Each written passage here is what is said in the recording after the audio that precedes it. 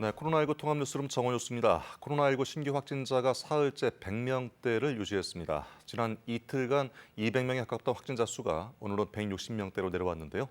하지만 다양한 곳에서 산발적인 감염이 계속되고 있기 때문에 아직 안심할 때는 아니라는 게 방역당국의 평가입니다. 김용준 기자입니다. 오늘 0시 기준으로 코로나19 신규 확진자는 168명이 늘어 사흘째 100명대를 이어갔습니다. 국내 발생이 158명, 해외 유입 사례는 10명입니다. 지난 이틀 195명과 198명으로 거의 200명에 가까웠던 것에 비해 오늘은 100명대 중반인 160명대로 내려왔습니다. 서울의 신규 확진자 수는 51명으로 지난달 14일 이후 22일 만에 가장 적었습니다. 사회적 거리두기를 강화한 효과가 나타나는 것으로 보이지만 아직 안심할 때는 아니라는 게 방역당국의 평가입니다. 200명 내외로 감소 추세이나 안심할 단계는 아닙니다. 방역과 의료 체계에 부담이 되지 않는 수준으로 확진자가 확연히 줄어들 때까지는 국민 여러분의 이해와 인내가 조금 더 필요합니다.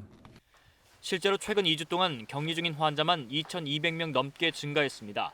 무엇보다 교회와 집회 등 기존 집단 감염에 의한 추가 감염뿐 아니라 상급병원과 건강식품 설명회, 실내 포차 등 일상 곳곳에서 산발적인 감염이 계속되고 있습니다. 감염 경로를 모르는 환자 비중도 24%대를 유지하고 있습니다. 위중 중증 환자는 159명, 사망자도 333명으로 각각 2명씩 더 늘었습니다. 이에 방역당국은 확진 시 중증 이상으로 이어질 가능성이 높은 중장년층은 방문 판매 관련 행사나 다단계 업체, 부동산 가상화폐 투자 설명회는 참여하지 말아달라고 요청했습니다. 또 모레부터 수도권 소재 프랜차이즈형 제과 제빵점과 아이스크림, 빙수점에서도 매장 취식이 금지된 만큼 강화된 방역 지침을 꼭 지켜달라고 강조했습니다. KBS 뉴스 김용준입니다. 네, 광주광역시에서도 코로나19 확진자가 5명 더 나왔습니다. 광화문 집회나 교회 등 기존 확진자의 접촉자들을 중심으로 추가 확진이 이어지고 있는데요. 취재 기자 연결합니다. 김혜린 기자, 5명의 확진자가 더 나왔군요. 네, 어젯밤 5명이 코로나19 확진 판정을 받았습니다. 신규 확진자 5명 가운데 2명은 광복절 도심 집회 관련 확진자로 자가격리 해제 전 실시된 검사에서 양성 판정을 받았습니다. 나머지 1명은 광주 북구 성림 침례교회 관련 확진자로 자가격리 중 증상이 발현돼 검사한 결과 확진됐습니다. 2명은 기존 확진자의 접촉자들인데 아직 감염 경로가 확인되지 않았습니다. 어제 광주에서는 성림 침례교회와 관련된 확진자 1명과 감염 경로가 확인 안 된 확진자 2명 등 모두 3명이 확진 판정을 받았는데요. 현재 광주에서는 모두 28명의 확진자의 감염 경로가 확인되지 않고 있습니다. 방역당국은 감염 경로가 확인되지 않은 확진자들 사이의 연관성을 토대로 역학조사를 진행하고 있습니다. 전남에서도 지난달 24일 이후 12일 만에 어제 하루 신규 확진자가 0명을 기록했습니다. 이로써 광주와 전남의 코로나19 누적 확진자 수는 광주가 413명, 전남이 156명입니다. 방역당국은 주말인 오늘부터가 확산의 분수령이라며 집합 금지 명령을 준수하고 외출했을 때는 방역 수칙을 지켜달라고 당부했습니다. 지금까지 보도국에서 KBS 뉴스 김혜린입니다. 네, 코로나19 양성 판정을 받은 국민의힘 당직자와 직접 접촉한 것으로 분류된 선별 검사자들의 진단 검사 결과가 모두 음성으로 나왔습니다. 국회 코로나19 재난대책본부는 오늘 오전 방역당국으로부터 이같이 통보를 받고 오늘 오전 10시부터 국회 본관과 의원회관, 소통관 등에 대한 출입 제한 조치를 해제한다고 밝혔습니다. 9호 태풍 마이삭이 지나가자마자 10호 태풍인 하이선이 북상하고 있습니다. 올해 발생한 태풍 중에 가장 강력한 태풍인데요. 그나마 다행스러운 것은 하이선이 당초 예상보다 동쪽으로 이동하면서 동해안을 스쳐 지날 것으로 예측되고 있습니다. 김민경 기자의 보도입니다. 일본 남쪽 해상에서 북상 중인 10호 태풍 하이선. 해수면 온도 30도가 넘는 열대해상을 지나면서 올해 발생한 태풍 중 가장 강력한 세력으로 발달했습니다. 당초 하이선은 다음 주 월요일 경남 해안에 상륙할 가능성이 큰 걸로 예측됐지만 기상청은 오늘 최신 태풍 예보에서 예상 진로를 100여 킬로미터 남짓 더 동쪽으로 이동했습니다. 태풍 하이선은 7일 월요일 오전 남해상으로 올라와 낮에 영남 동해안을 스쳐 지날 가능성이 큽니다. 이후에 곧장 북쪽 해상으로 올라갈 가능성이 큰 걸로 예측됐습니다. 다만 한반도 부근 기압계 흐름에 따라 진로가 변동될 가능성이 있다고 기상청은 밝혔습니다. 태풍의 진로가 동쪽으로 이동하더라도 한반도에 근접할 때까지 매우 강한 세력을 유지할 가능성이 큽니다. 이 때문에 태풍의 중심과 가까운 영남과 강원 지방으로는 강한 비바람이 예상됩니다. 게다가 하이선은 마이삭보다 더 많은 비를 뿌릴 가능성이 있다는 분석입니다. 이번 태풍은 우리나라 부근에서 상당히 느린 속도로 이동을 하고 우리나라 부근의 상층 찬 공기와 부딪히면서 비구름은 더 폭발적으로 발달을 하면서 더 많은 비가 있을 걸로 예상을 하고 있습니다. 지난 태풍 마이삭의 영향을 크게 받았던 동해안 지역에 또다시 강한 비바람이 예상되는 만큼 동해안 지역으로는 추가 피해가 없도록 철저한 대비가 필요합니다. KBS 뉴스 김민경입니다. 네, 트럼프 미국 대통령이 2018년 프랑스 순방 당시 유럽에 묻힌 미군 전사자들을 패배자로 폄하하고 뉴욕 방문을 거부했다는 보도가 나오면서 정치적인 역풍을 맞고 있습니다. 보도 내용이 가짜뉴스라며 강하게 부인했지만 조 바이든 민주당 대선 후보는 대통령 자격이 없다며 트럼프에 대한 맹공을 퍼붓습니다. 워싱턴에서 서지영 특파원이 보도합니다. 2018년 1차 세계대전 종전 100주년 기념행사 참석차 프랑스를 방문한 트럼프 대통령이 엔마른 미군 묘지 참배 일정을 돌연 취소했습니다. 엔마르는 1918년 멜로숲 전투에서 전사한 미 해병대 1,800명이 안장된 곳입니다. 당시 취소 명분으로 악천후를 내세웠습니다. 그런데 실상은 다른 이유 때문이었다는 보도가 나왔습니다. 미 시사 잡지 애틀랜틱은 복수의 군 관계자들을 인용해 트럼프 대통령이 참모들에게 왜 패배자들로 가득한 묘지에 가야 하는지를 반론했다고 보도했습니다. 또 전장에서 죽는 건 얼간이라고 말했다고 전했습니다. He doesn't understand why one would go pay that level of respect to fallen American soldiers. He also, by the way, expressed directly fear that the rain, which was quite heavy at times, would mess with his hair. 후폭풍은 거셌습니다. 참전용사들은 군에 대한 무례라고 비판했습니다. You have shown disrespect to the military on countless occasions. You're no patriot. 역풍이 불자 트럼프 대통령은 강하게 부인했습니다. 가짜 뉴스라고 트윗하며 그런 말 한 적이 없다고 했습니다. It was a terrible thing that somebody could say the kind of things, and especially to me, because I've done more for the military than almost anybody else. 조 바이든 민주당 후보는 호재를 만난 듯 맹공을 퍼부었습니다. Quite frankly, if what is written in the Atlantic is true, it's disgusting. And it affirms. 트럼프 대통령은 과거에도 베트남에 참전했다 포로로 잡혔던 공화당 소속 존 맥케인 상원의원에 대한 폄하 발언으로 구설수에 오른 적이 있습니다. 대선을 앞두고 참전용사 발언 보도가 논란의 중심에 서면서 미 정치권에 큰 파장을 낳고 있습니다. 워싱턴에서 KBS 뉴스 서지영입니다. 네, 지난달 미국의 실업률이 지난 3월 이후 처음으로 한 자릿수대로 떨어졌습니다. 하지만 신규 일자리 증가폭은 계속 줄고 있어서 고용 시장이 회복되는 것으로 판단하기엔 아직 이르다는 평가도 있습니다. 뉴욕에서 한보경 특파원이 보도합니다. 미국 노동부가 발표한 지난달 미국 실업률 8.4%입니다. 미국 중앙은행인 연준은 통상 실업률 3%를 완전 고용 수준으로 보는데 지난 2월만 해도 미 실업률은 3%대였습니다. 코로나19 확산 이후 15% 가까이까지 올라갔던 실업률이 5달 만에 한 자릿수대로 내려온 겁니다. 일단은 긍정적 신호를 읽힙니다. And the fact that we got substantially below 10% on the unemployment rate down to 8.4%, I would call that a win. 하지만 신규 일자리 수는 지난 6월 479만 개가 늘어난 데 비해 지난달엔 140만 개 증가에 그쳤습니다. 코로나19 사태 이후 사라진 일자리가 2천만 개로 추산되는데 이걸 회복하려면 아직 1,100만여 개 일자리가 더 필요하다는 계산입니다. Jobs being added back to the economy has slowed. That is a reflection of the wobbly nature of the recovery, especially as fiscal support from Congress has waned. 로이터 통신은 특히 인종 간 실업률 차가 큰 것도 문제라고 지적했습니다. 백인과 흑인 간 실업률 격차가 넉 달 연속 커졌는데 거의 6년 만에 최대폭입니다. You leave us out, we're going to have barren streets. The economy is not going to get back up and running because we are the lifeblood of Main Street America. 흑인들이 백인들에 비해 상대적으로 코로나19 피해가 컸던 것과도 무관치 않아 보입니다. that has existed in this country for several decades. All COVID-19 has done is really just brought it to light.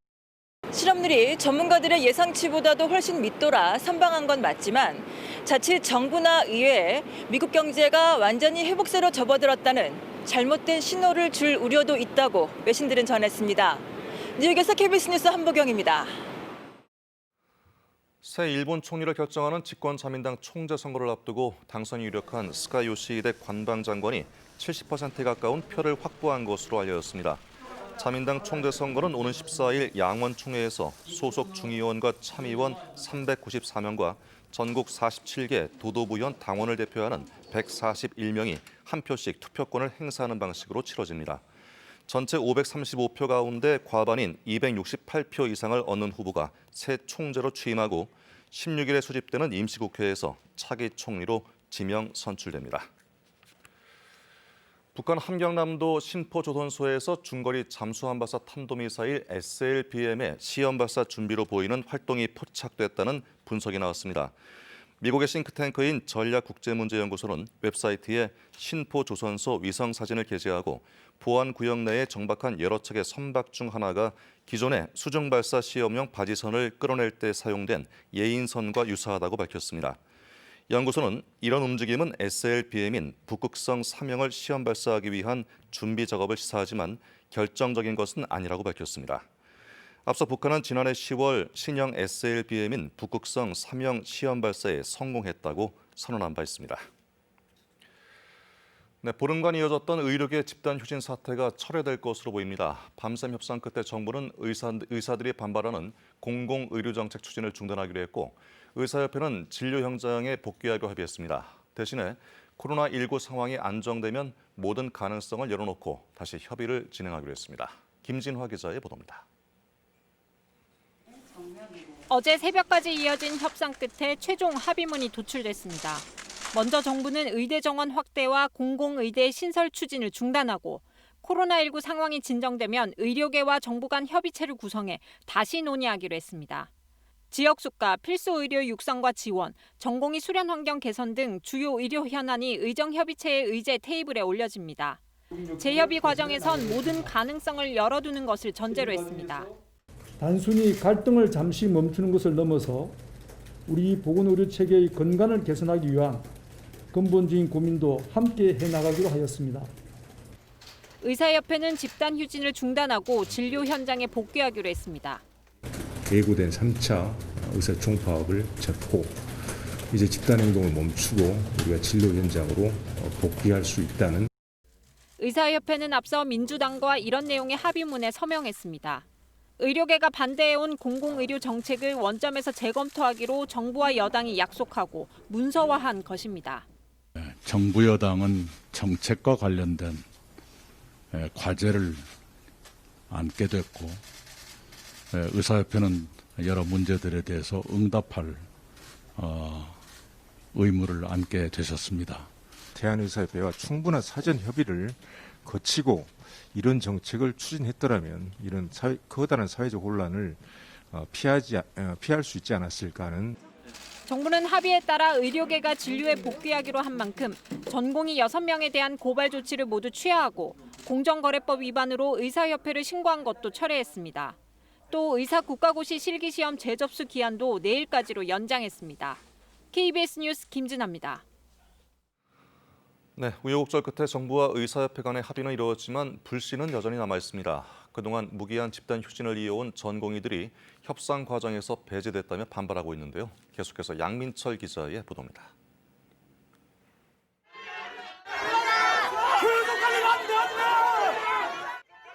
수십 명의 전공의들이 엘리베이터 앞에서 항의합니다. 대한의사협회와 보건복지부의 합의문 서명식에 박능우 장관이 참석하지 못하게 막아선 겁니다.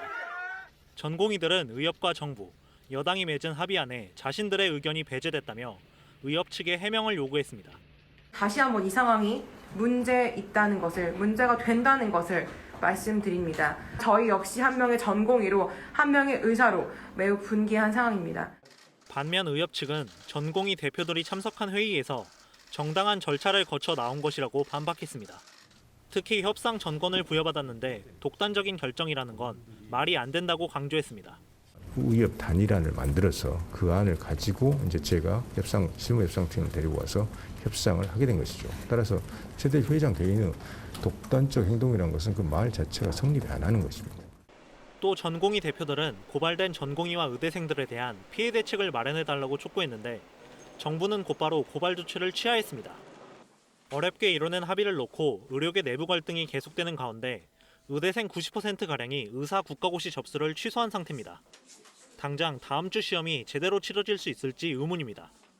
향후 의대 정원 확대와 공공의대 신설 논의에 있어서도 정부는 절대적인 의사 수가 부족하고 지역 간 의료 격차 해소를 위해 지역 의사제를 포함해 의대 정원을 늘려야 한다고 보고 있지만 의사단체들은 지역의 의사 수 부족은 지역의 공공병원 설립을 통해 의사들의 일자리를 보장해야 해결된다는 입장입니다.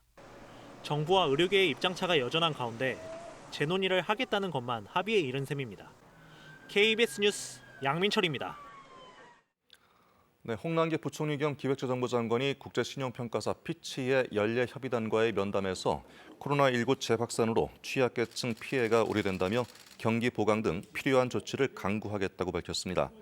홍 부총리는 어제 연례협의에서 최근 재확산 동향과 대응에 대한 질문에 이같이 설명하고 구체적으로는 소상공인, 자영업자 등 취약계층에 대한 맞춤형 지원 방안 강구, 투자, 수출, 소비 등 경제 활력 제고 대책의 조정과 보완 등을 언급했습니다.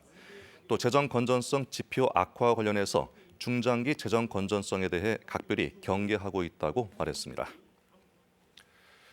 세계보건기구는 현재 시간 4일 코로나19 백신의 안전성과 효능이 입증되지 않을 경우 출시를 승인해서는 안 된다고 강조했습니다.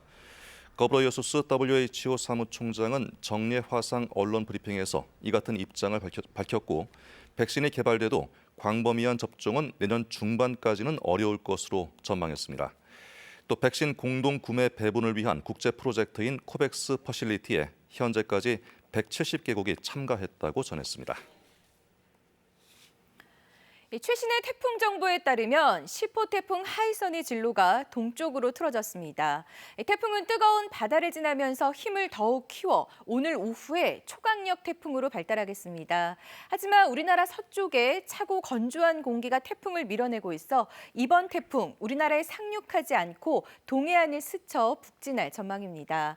태풍의 진로가 동쪽으로 옮겨진다 하더라도 태풍이 워낙 강한 세력을 유지하고 있기 때문에 전국이 태풍의 영향을 받겠습니다. 일단 오늘은 태풍이 앞쪽에서 만들어진 비구름의 영향으로 제주와 전남, 남해안, 경상도에 비가 오는 곳이 있겠고요. 내일부터 태풍의 간접 영향으로 남부지방에 이어 중부지방까지 비가 확대되겠습니다. 월요일인 모레는 전국이 태풍의 직접적인 영향으로 비바람이 치겠습니다. 지금은 경상도 해안지방에 산발적으로 비가 내리고 있습니다.